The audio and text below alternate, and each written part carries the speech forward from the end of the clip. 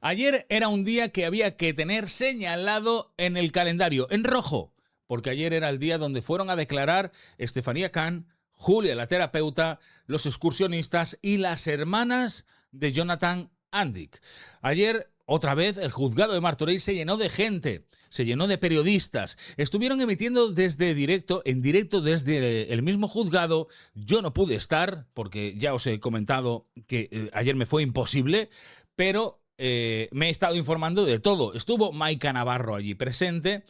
Y la verdad es que pudimos ver por fin la cara a la terapeuta. Pudimos ponerle cara a la terapeuta que no está colegiada, que al final no se acogió a secreto profesional porque no está colegiada. Esto es una vergüenza.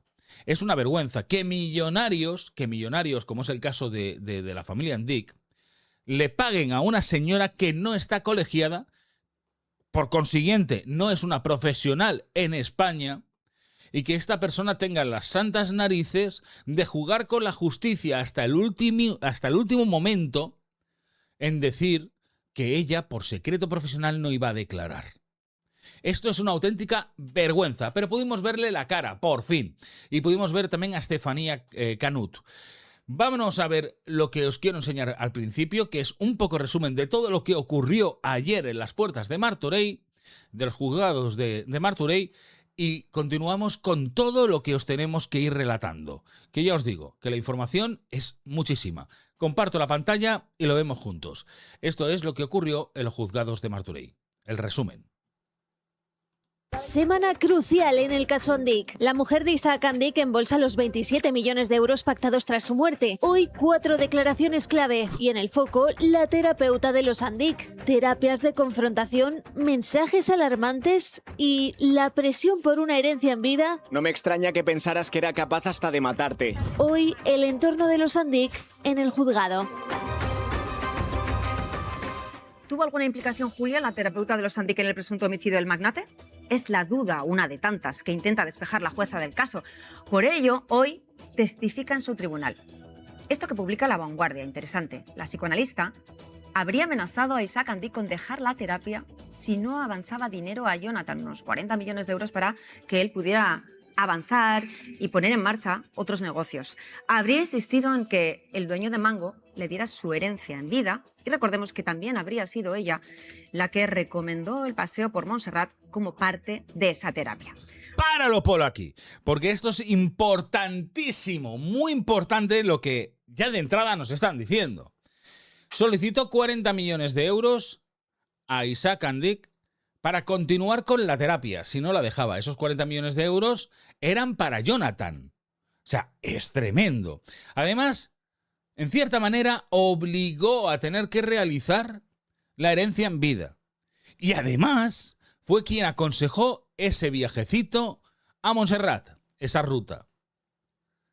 Esta mujer, quiero recordar que no está colegiada, que en España no es una profesional porque no está colegiada, y manipulaba, según veo yo y seguramente según veis vosotros, tanto a Jonathan como a Isaac, a la familia Andic. Continuar viendo, porque es que es muy importante lo que os tenemos que contar hoy. Allí, presuntamente, ahora mismo a Jonathan se le investiga como principal investigado por el homicidio de su padre. Pero no es la única persona que hoy declara como testigo, Sara. ¿Quién más va a pasar? ¿Quién más está ahora mismo en ese juzgado de Martorell? Sí, muy buenos días, Adela. Hemos podido saber que ya ha finalizado el primer excursionista y, por tanto, ahora mismo estaría declarando el segundo excursionista. Ha sido una novedad de esta mañana respecto a lo previsto, porque sí que estaba previsto que declarara un excursionista, pero en las últimas horas se ha podido localizar un segundo excursionista. Estos dos excursionistas que fueron las primeras personas que hablaron con Jonathan Andic tras la caída de su padre, Isaac Andic. También está prevista la declaración de la psicoterapeuta de la familia Andic. La jueza intentará saber qué tipo de influencia pudo ejercer para la decisión de Isaac Andic de ceder una gran cantidad de dinero a su hijo Jonathan en vida. También es el turno de la declaración de la viuda de Isaac Andic, a la que aún no hemos visto llegar, Estefanía Nut, y también declarará la hermana de la psicoterapeuta, que también participaba en estas sesiones de terapia, aunque la mayor responsabilidad la tenía María Julia. También sabremos si puede acogerse o no al secreto profesional para evitar responder a las preguntas de la jueza. Conozcamos más sobre esta influencia que podía ejercer la psicoterapeuta en la relación entre Isaac Andic y su hijo.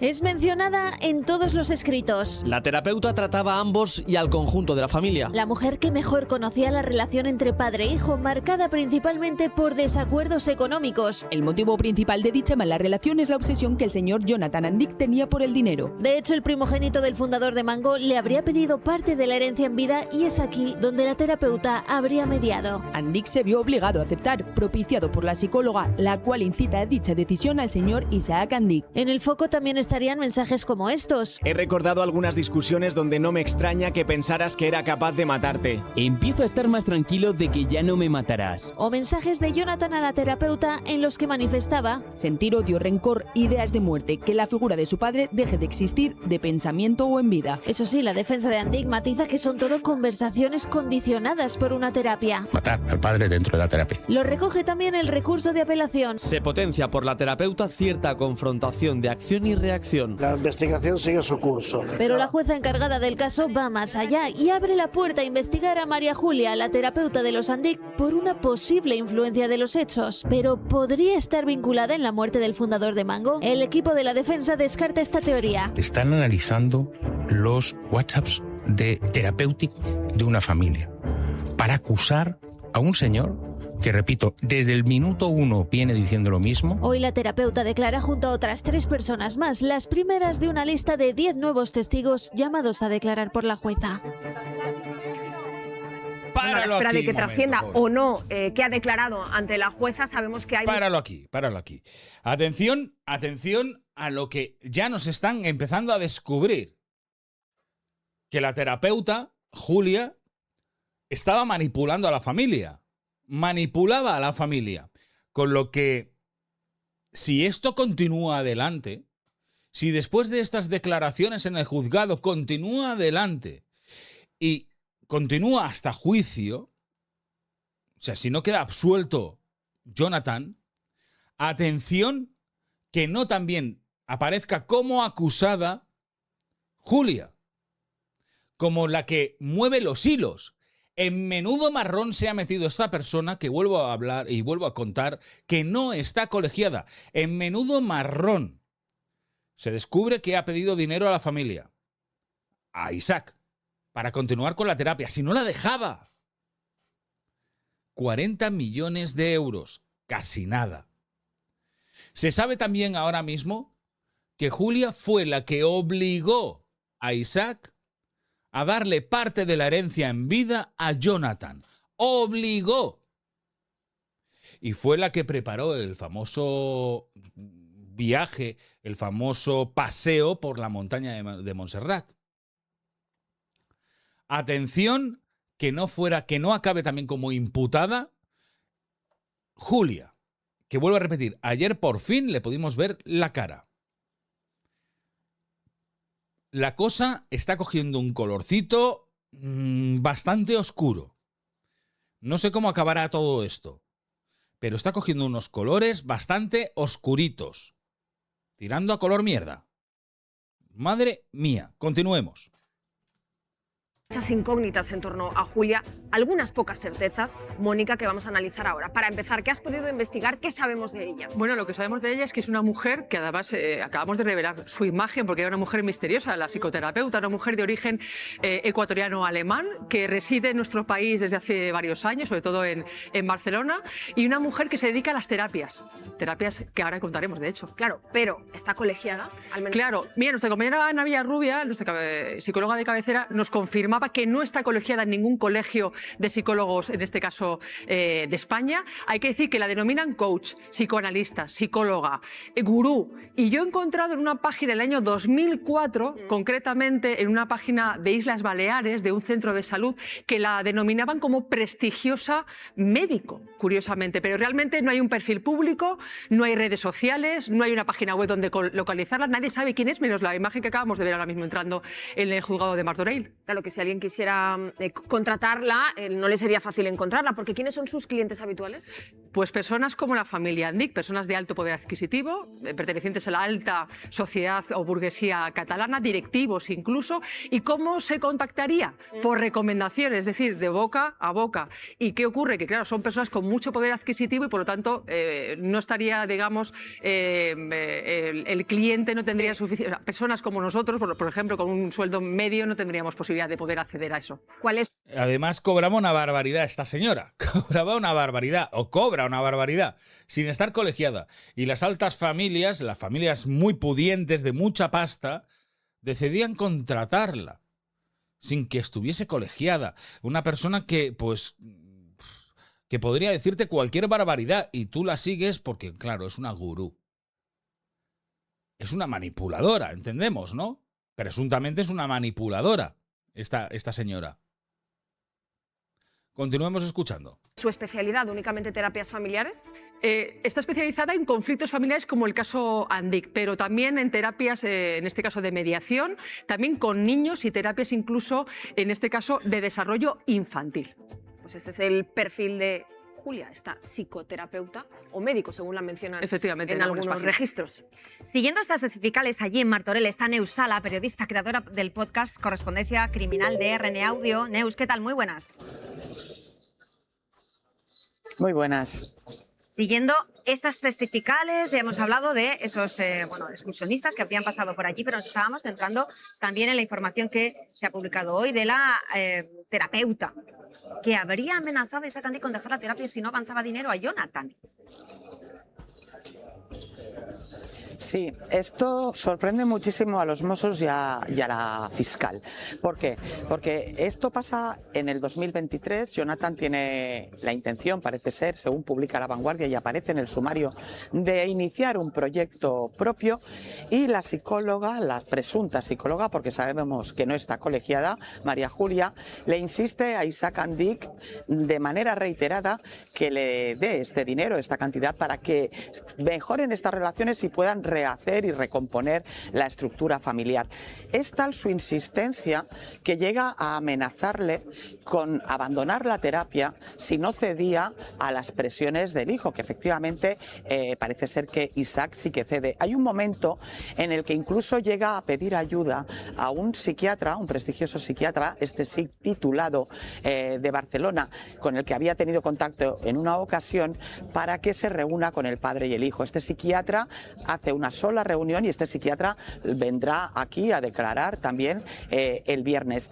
De la declaración de María Julia pueden desprenderse muchas cosas. Si se intenta acoger al secreto del sumario, no va a poder. Si su actitud no es colaboracionista con la fiscal, de aquí a lo mejor ha entrado sin abogado, pero depende de cómo vaya esta testifical, podría salir como investigada y con un abogado. Es decir, cabe la posibilidad de que la fiscal Yoldi, dependiendo de la actitud y de lo que vea en María Julia, pare la testifical y requiera un abogado. Hay una cosa que nos ha llamado la atención y la citabas ahora mismo, Neus, en la pregunta Villarrubia, y es el hecho de que esta terapeuta habría, como publica La Vanguardia, contactado con un psiquiatra, con una persona que sí, colegiada, con una carrera, etcétera, etcétera, que entra ahí en esa terapia. Desde un punto de vista profesional, ¿esto suele hacerse? Sí, hasta ahí todo me cuadraría, porque es habitual que si tú además eres psicóloga y ni siquiera estás colegiada, para empezar no puedes medicar, aunque estuvieras colegiada, y para terminar no tienes ningún margen de maniobrabilidad. Entonces te sirves de los servicios de un profesional que sí que tiene la capacidad de actuar. ¿Sabes qué sería raro? Que ella se hubiera reunido con el psiquiatra. Eso sería más raro. Normalmente tú llamas por teléfono y le dices, te derivo un paciente, quiero coordinarme contigo para un caso. Y el paciente es el que va y el que le paga al otro profesional. Lo raro sería que ella tuviera que reunirse tan habitualmente con él. Y esto es lo que habrá que preguntarle. Claro, esto es lo que tenemos respecto a la terapeuta. Veremos qué es lo que dice, cómo ha entrado como testigo, cómo podría llegar a salir. Pero Neus, también nos vamos a centrar en Estefanía Nut, la que fue durante años la última pareja de Isaac Andic. Estamos hablando del tema económico, que es una de las hipótesis con las que está jugando ahora mismo la jueza, y estamos hablando aquí de muchos millones. Importantísimo. Fue la primera persona a la que llama Jonathan después de la caída de su padre. ¿Sabremos hoy qué le dijo? No sabemos lo que le dijo porque, entre otras cosas, claro, evidentemente en ese momento los teléfonos no estaban intervenidos y no hay una grabación ni se puede recuperar. Lo que sí que sabemos es que la viuda, Estefanía, iba a cobrar 5 millones en el primer testamento de Isaac Andic, no se conforma con ello, intentan llegar a un acuerdo con la familia, es ella la que en una primera testifical habla de esta mala relación y finalmente sí que ha aceptado 27 millones de euros de este testamento. Un testamento que yo creo que va a ser clave también en este caso, porque los Mossos, la fiscal, quieren intentar recomponer exactamente el papel de la fundación, la famosa fundación que quería crear Isaac Andic, que recordemos la familia habló en un principio de 50 millones de euros, que parece que por las investigaciones y por lo que está trascendiendo, esa cifra se quedaría muy corta respecto a lo que tenía en mente Isaac Andic. Neus, precisamente sobre ese tema, ese cobro, lo publicaba el diario El... Antes quiero decir que esto ya nos lo explicó aquí perfectamente Neus, nos lo explicó. Por cierto, estoy contactando con ella a ver si mañana puede estar con nosotros para hablar de todo esto, porque me parece que es notición, pero notición. A ver si mañana puede estar, ojalá que sí, a ver si me contesta y me dice que sí. Pero notición. Y además lo de la fundación. Parece ser que no iba a ser solamente la cantidad de 50 millones, sino iba a ser mucho más dinero. Ya lo dijo ella aquí, ya lo avanzó Neus Sala aquí en el canal. Que podía haber sido, que seguramente hubiera sido mucho más dinero. Estamos hablando de a lo mejor la mitad del patrimonio, entre unos 2.000, 2.500 millones de euros, lo que hubieran aportado a esa fundación. Y esto a Jonathan pues no le hubiera hecho nada de gracia. Nada de gracia. Una cosa son 50 millones de euros, que podría ser calderilla para ellos, y otra cosa son 2.500 millones de euros. Ahora sí, continuemos escuchando a Neus. País de esos 27 millones. Hoy hemos querido hacer un recordatorio de esas idas y venidas. Tú lo has dicho.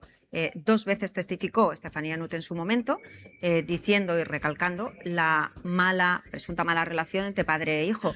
Luego ya el silencio. Su entorno, al parecer, dice que nada tiene que ver lo que vaya a declarar con el cobro de los millones. Vamos a hacer un repaso. Isaac Andic era una de las mayores fortunas de nuestro país en el momento de su muerte. Y de sus 3 hijos, Jonathan, Judith y Sara, solo Jonathan forma parte del Consejo de Administración, aunque los 3 son propietarios del 95% de las acciones de la compañía.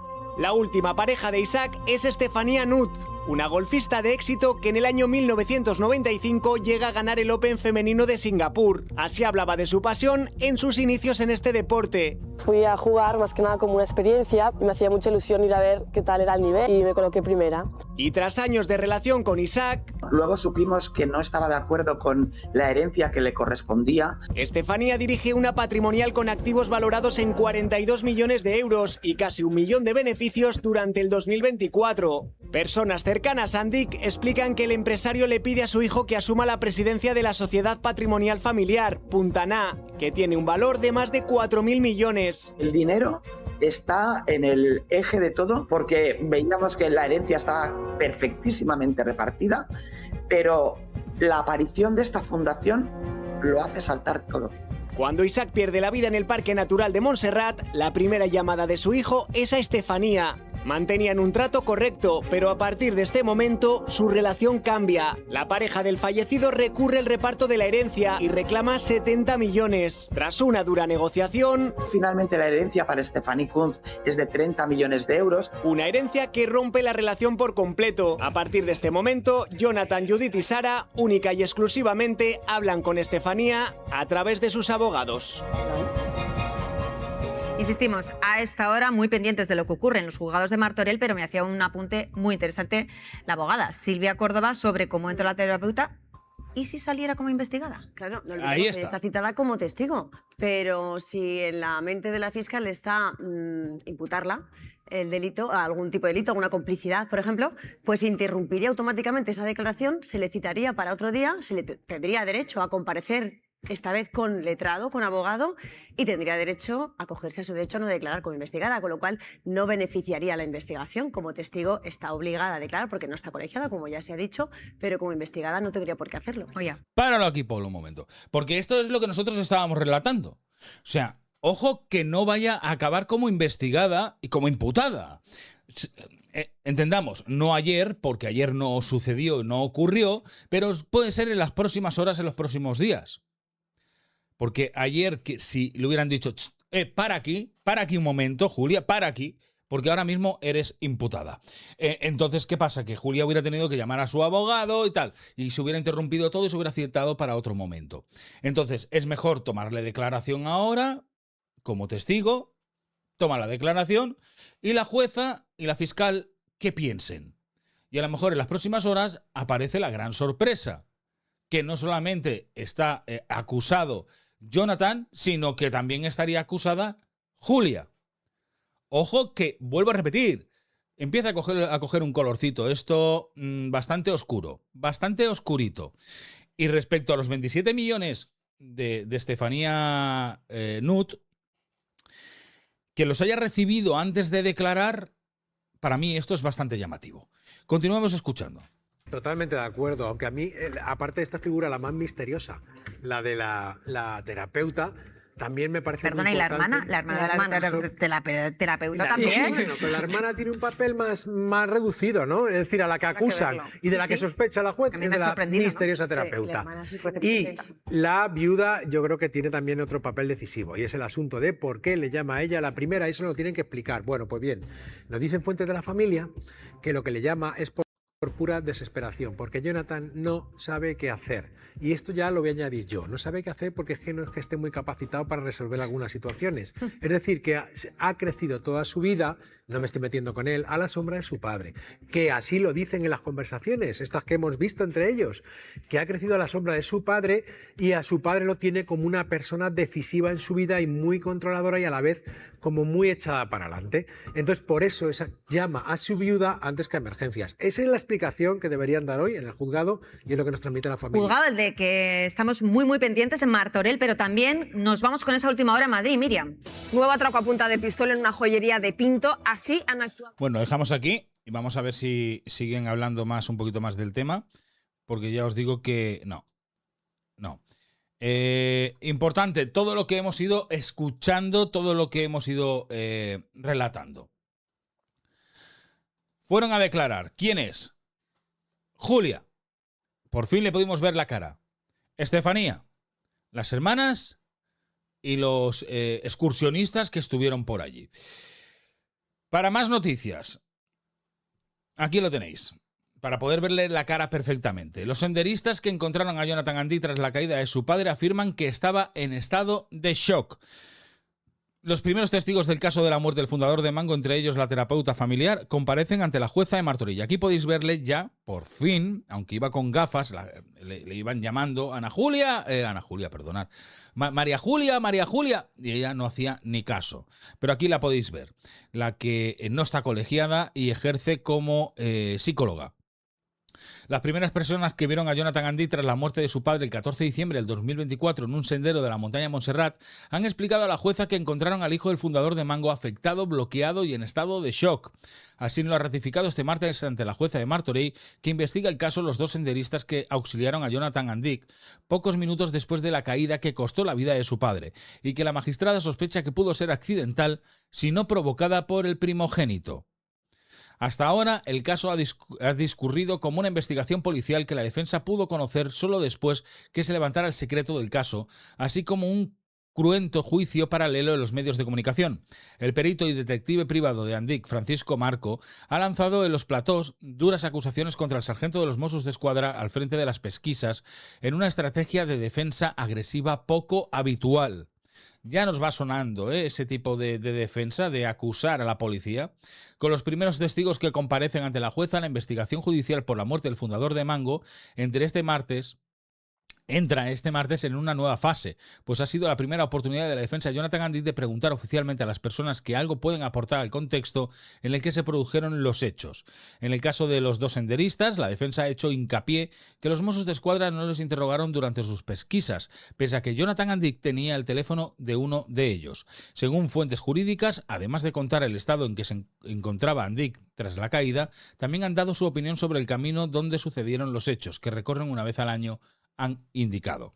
La tesis de los Mossos d'Esquadra, que la instructora ha hecho suya, es que Jonathan Andic propuso a su padre hacer una excursión a solas por Collbató con el fin de limar asperezas por las diferencias que habían tenido por cuestiones económicas, después de que el empresario manifestara su intención de dejar parte de su herencia a una fundación con fines sociales. Los senderistas han detallado a la jueza que tras encontrar al hijo de Andic en estado de shock, uno de ellos lo acompañó al aparcamiento del inicio del sendero, mientras el otro se quedaba en el lugar de la caída para auxiliar a los servicios de emergencia. Uno de los testigos también pudo escuchar parte de lo que Andic decía al 112 y según su versión el hijo del fundador de Mango manifestó que iba delante de su padre y que oyó piedras tras la caída. Esto ya lo dice un testigo, o sea que no vio en ningún momento cómo su padre cayó. Los excursionistas también han dado su opinión sobre el camino donde cayó Andic, un sendero que, han indicado, recorren una vez al año. A su juicio se trata de un camino que no es, en general, peligroso, salvo en el punto donde sucedieron los hechos. Allí, según los testigos, si pierdes la línea, no tienes dónde cogerte. Con todo, toda la información de los testigos reportada es limitada, toda vez que la caída de Andic no hay testigos ni pruebas directas, una imagen, una grabación, que apunten a la dirección del homicidio. Esta tesis se ha construido a partir de indicios que la defensa también cuestiona. O sea que los dos testigos poco pudieron aportar. Decir que vieron a Jonathan en estado de shock,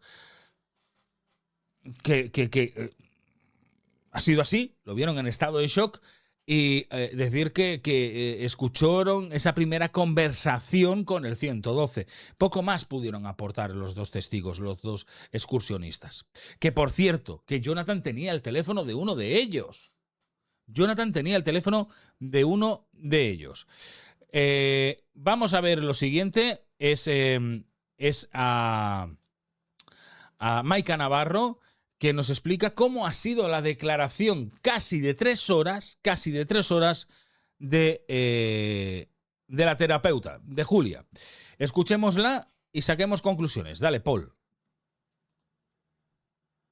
De Martorell han sido el escenario de la primera ronda de testificales del caso de la investigación que se lleva por la muerte de Isaac Andic. Una investigación en la que está acusado por presunto homicidio el hijo del empresario, del fundador de Mango, Jonathan Andic. Pues bien, la gran protagonista de la jornada era la terapeuta María Julia, una mujer que durante prácticamente 1 año y medio medió en ese conflicto entre padre e hijo, y que a raíz de esa terapia aparecían muchísimos mensajes entre ella y el padre Isaac, entre el propio Isaac y Jonathan, en los que, bueno, son mensajes que llamaban la atención de los investigadores. De hecho, fue la fiscal la que señaló incluso y pidió a los Mossos d'Esquadra, bueno, que se investigara cuál había sido el papel de esta terapeuta, incluso si llegó en algún momento a influir en ese presunto homicidio. La verdad es que ha aparecido la terapeuta, le hemos puesto rostro por fin y ha declarado durante casi 3 horas. Finalmente ha respondido a las preguntas de todas las partes, no ha hecho, por tanto, ni ha intentado acogerse al secreto profesional como sí hizo en la sede de policía de los Mossos d'Esquadra cuando fue interrogada. Ha defendido su método y esa metodología que utilizaba entre padre e hijo, en la que el hijo debía, de una manera metafórica, matar a su padre, deshacerse de su influencia. También ha contextualizado esa información que adelantábamos a La Vanguardia, esos 40 millones que ella entendía que el padre debía entregar a su hijo. Estamos hablando de mediados del 2023, y que incluso había mensajes que encontraron los investigadores en los que ella decía: o le entregas ese dinero o directamente se acaba el trabajo como terapeuta. También han declarado los dos excursionistas que se encuentran a Jonathan Andic justo en el lugar en el que su padre se ha precipitado. Ellos han contado que encontraron a un hombre en shock. Alguna de las partes, o la fiscal, o la jueza, o la propia defensa les ha preguntado si ese camino que conocían bien, que ellos hacen cada año, era peligroso. Y han dicho básicamente que bueno, que es un camino que entienden que no es especialmente peligroso, pero que evidentemente si te sales del camino, allí si caes es muy difícil agarrarse y sobrevivir.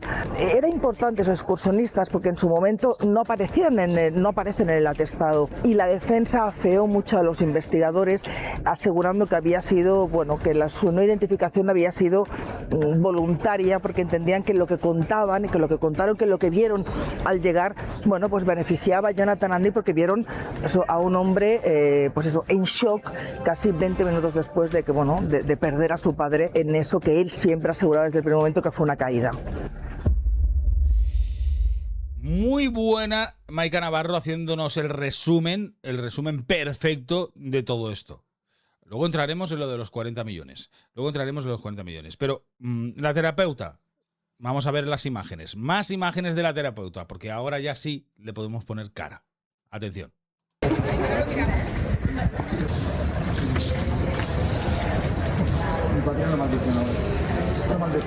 ¿Julia? Julia, aquí, por favor.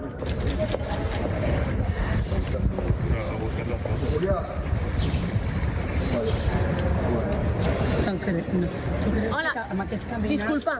Este es uno de los excursionistas. ¿Vens a declarar? Sí. Blanco y en botella.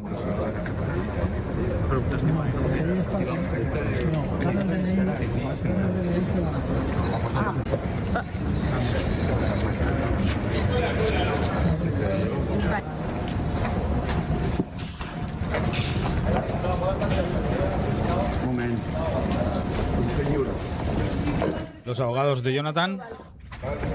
Buenos días.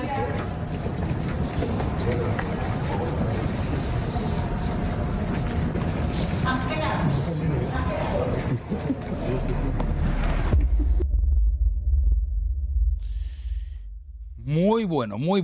Hemos podido ponerle por fin cara a Julia.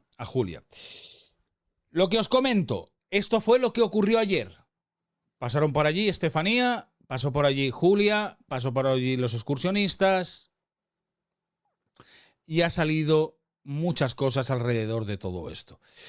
Sabemos que Julia estuvo 3 horas declarando, casi 3 horas declarando, y que contestó a todas las preguntas. No se pudo acoger al secreto profesional, porque no está colegiada. Si quieres opinar sobre todo esto que acabamos de ver, ya sabes que puedes hacerlo aquí abajo en la caja de comentarios. Me puedes decir tu punto de vista. Dejar un like enorme, hipear el vídeo. Aquí te estamos contando el caso Mango como nadie. Te traemos toda la información para que tú saques tus propias conclusiones de lo que ha ocurrido. Deja ese like, hipea el vídeo, deja tu comentario, coméntalo. Y sobre todo, suscríbete aquí, suscríbete.